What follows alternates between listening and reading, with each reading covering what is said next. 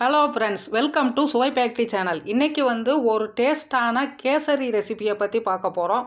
இதில் வாயில் வச்ச உடனே கரைஞ்சிரும். அந்த அளவுக்கு நல்லா சாஃப்டாக மிருதுவாக இருக்கும். டேஸ்ட்டும் அற்புதமாக இருக்கும். அல்வா மாதிரி இருக்கும். இந்த கேசரி செய்கிறதும் ரொம்ப ஈஸியாக செஞ்சிடலாம் பிகினர்ஸ் கூட. இது குழந்தைங்க செஞ்சு கொடுத்தோம்னா விரும்பி சாப்பிடுவாங்க. வயசானவங்கலேருந்து குழந்தைகள்லேருந்து எல்லாருமே சாப்பிட்லாம். அந்த அளவுக்கு டேஸ்ட்டு அற்புதமாக இருக்கும். இன்றைக்கி இது எப்படி செய்யலான்ட்டு வாங்க பார்க்கலாம். அதுக்கு ஒரு கடாயில் ஒரு 2 டேபிள் ஸ்பூன் அளவுக்கு நான் நெய் எடுத்திருக்கேன்.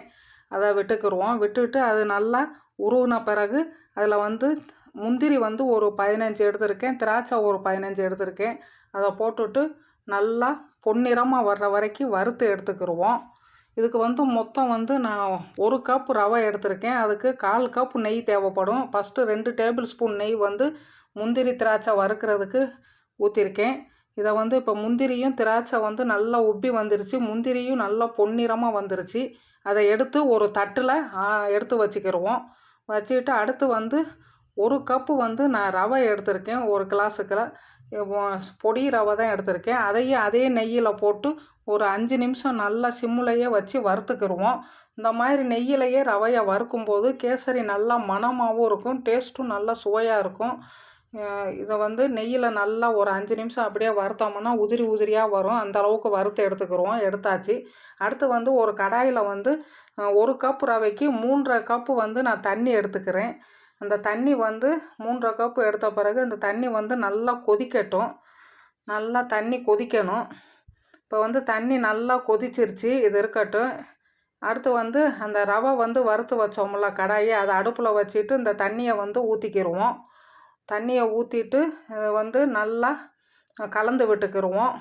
இப்போ இந்த ரவையும் தண்ணி எல்லாம் நல்லா மிக்ஸ் ஆகி வரட்டும். இதிலே நம்ம கலருக்காக இந்த ஃபுட் கலர் எடுத்திருக்கேன், கொஞ்சம் கேசரி கலரு. அதையும் கொஞ்சம் தண்ணி விட்டு கரைச்சிட்டு அதில் விட்டுக்கிடுவோம். இது பார்க்கும்போது நல்லா கலர்ஃபுல்லாக இருக்கும். சாப்பிட்றதுக்கும் குழந்தைங்க இன்ட்ரெஸ்ட்டாக சாப்பிடுவாங்க. இப்போ அதுவும் விட்டுட்டு நல்லா கலந்து விட்டுக்கிடுவோம். இப்போ ரவை நல்லா ஒரு 5 நிமிஷம் சிம்முலையே வச்சு நல்லா வேகணும். கலந்து விட்டுட்டே இருக்கணும், இல்லாட்டி கட்டி பட்டுரும். இது பிகினர்ஸ் கூட ஈஸியாக செஞ்சிடலாம். ஏதாவது விசேஷம்னாலே நம்ம டக்குன்னு கேசரி தான் செய்வோம். இது ஈஸியான ஒரு ஸ்வீட்டு. இதை நீங்களும் ட்ரை பண்ணி பாருங்கள். இதில் இப்போ நல்லா கலந்து ரவை நல்லா வெந்துருச்சு. நல்லா இந்த மாதிரி வெந்து கெட்டிப்பட்ட பிறகு 1 கப் ரவைக்கு அதே 1 கப் அளவு நான் சுகர் எடுத்திருக்கேன். அதையும் போட்டுக்கிடுவோம். போட்டுவிட்டு அதையும் நல்லா கலந்து விட்டுக்கிடுவோம். சுகர் போட்ட பிறகு அப்படியே உருகி திரும்ப லிக்யூடு பதத்துக்கு வரும். நல்லா கரைஞ்ச பிறகு இந்த மாதிரி வரும். திரும்ப நம்ம கிண்டிகிட்டே இருந்தோம்னா கொஞ்சம் கெட்டிப்பட்டுரும். இப்போ ஏலக்காய் 5 தட்டி வச்சுருக்கேன். அதையும் போட்டுக்கிடுவோம். போட்டுவிட்டு அதையும் நல்லா கலந்து விட்டுக்கிடுவோம். இப்போ திரும்பவும் ஒரு 2 டேபிள் ஸ்பூன் அளவுக்கு நெய் விட்டுக்கிறேன். மொத்தம் 1/4 கப் நெய் தேவைப்படும். கொஞ்சம் கொஞ்சமாக விட்டுக்கிடுவோம். இப்போ 2 டேபிள் ஸ்பூன் அளவு நெய் விட்டுட்டு அதையும் திரும்ப நல்லா கலந்து விட்டுக்கிடுவோம். இப்போ ரவை நல்லா வெந்து கெட்டிப்பட்டுட்டே வருது பாருங்கள். இந்த மாதிரி கெட்டி ஆகணும் நல்லா. இப்போ நல்லா கெட்டிப்பட்டுருச்சு கிண்டி. இப்போ இதில் முந்திரி திராட்சை வறுத்ததையும் போட்டுக்கிடுவோம். போட்டுவிட்டு அதையும் நல்லா மிக்ஸ் பண்ணிக்கிடுவோம். சுவை ஃபேக்ட்ரி சேனலை முறையாக பார்க்குறவங்க மறக்காமல் சப்ஸ்கிரைப் பண்ணிடுங்க. ஃப்ரெண்ட்ஸ்களுக்கு ஷேர் பண்ணுங்கள், லைக் பண்ணுங்கள். திரும்பவும் ஒரு டேபிள் ஸ்பூன் அளவுக்கு நெய் விட்டுக்கிடுவோம். இப்போ 1/4 கப் நெய்யும் விட்டாச்சு.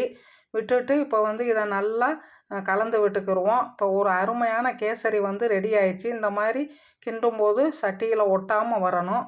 இப்போ கேசரி ரெடி ஆயிடுச்சு.